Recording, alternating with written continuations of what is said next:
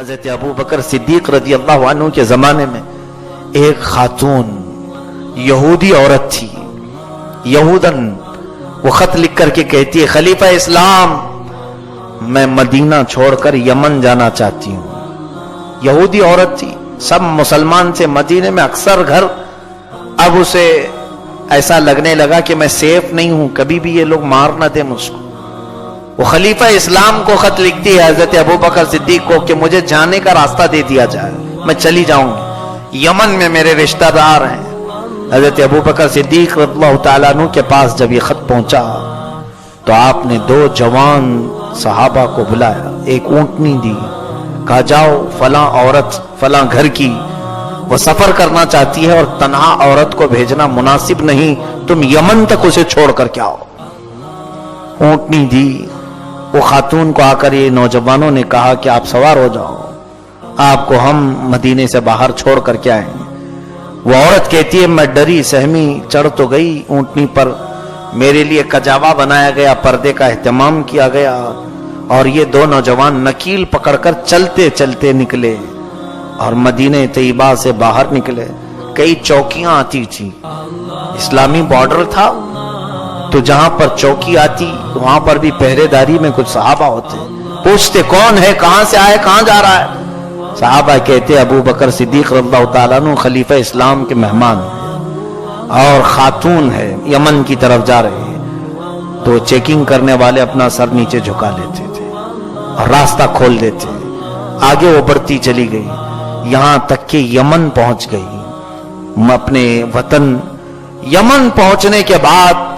وہ خاتون اپنے پورے خاندان والوں سے مل کر خوش تو ہوئی، سب کو بلاتی ہے اور کہتی ہے اے میرے رشتہ داروں آؤ، میں تمہیں ایک عجیب و غریب چیز نہ سناؤں۔ کہا کیا؟ کہتی ہے کہ اب تک میں اسلام اور مسلمانوں سے خوف کھایا کرتی تھی، میں ڈرا کرتی تھی کہ یہ مکہ کے وہی نوجوان ہیں جو عورتوں کی عزت رکھتے نہیں، لوٹ لیتے ہیں، لیکن رب کعبہ کی قسم یہ دو نوجوان مجھے مدینے سے لے کر یہاں تک آئے، ایک مرتبہ بھی انہوں نے سر اٹھا کر میری طرف نہیں دیکھا، اور جہاں مجھے ضرورت پیش آئی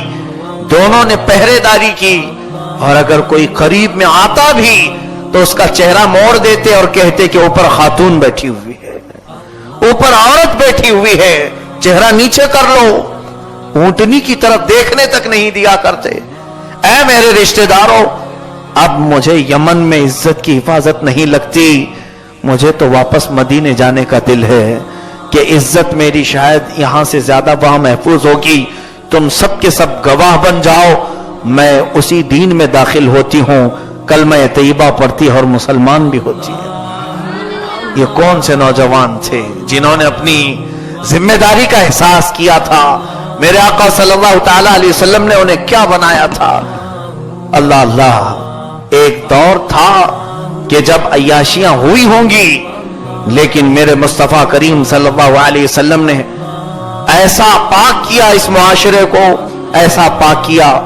کہ وہ خود عورتوں کی عزتوں کے محافظ بن گئے، عورتوں کی عزتوں کے رکھوالے بن گئے۔ آج پھر سے قوم نے ہمارے اندر سے وہ پاور چھین لیا، آج دنیا پھر سے اگر خوف کھا رہی ہے ہمارے ان اوباش نوجوانوں سے جو یہ سمجھتے ہیں کہ ہمیں کسی قید اور پابند میں رہنے کی ضرورت نہیں، ہماری لائف ہے، ہم انجوائے کریں گے۔ اور تمہارے ان چہروں کو دیکھ کر تم سمجھتے ہوں گے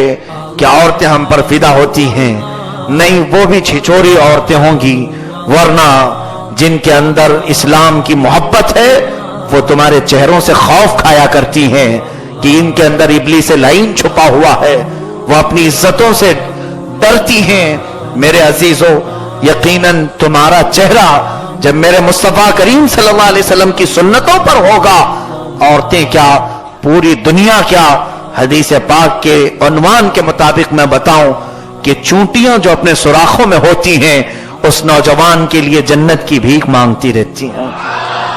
اے رب العالمین، یہ نوجوان ہے، روئے زمین پر یہ جب چلتا ہے تیرے حبیب کی یاد آتی ہے، میرے مولا اس کا چلنا تو جنتی بنا دے،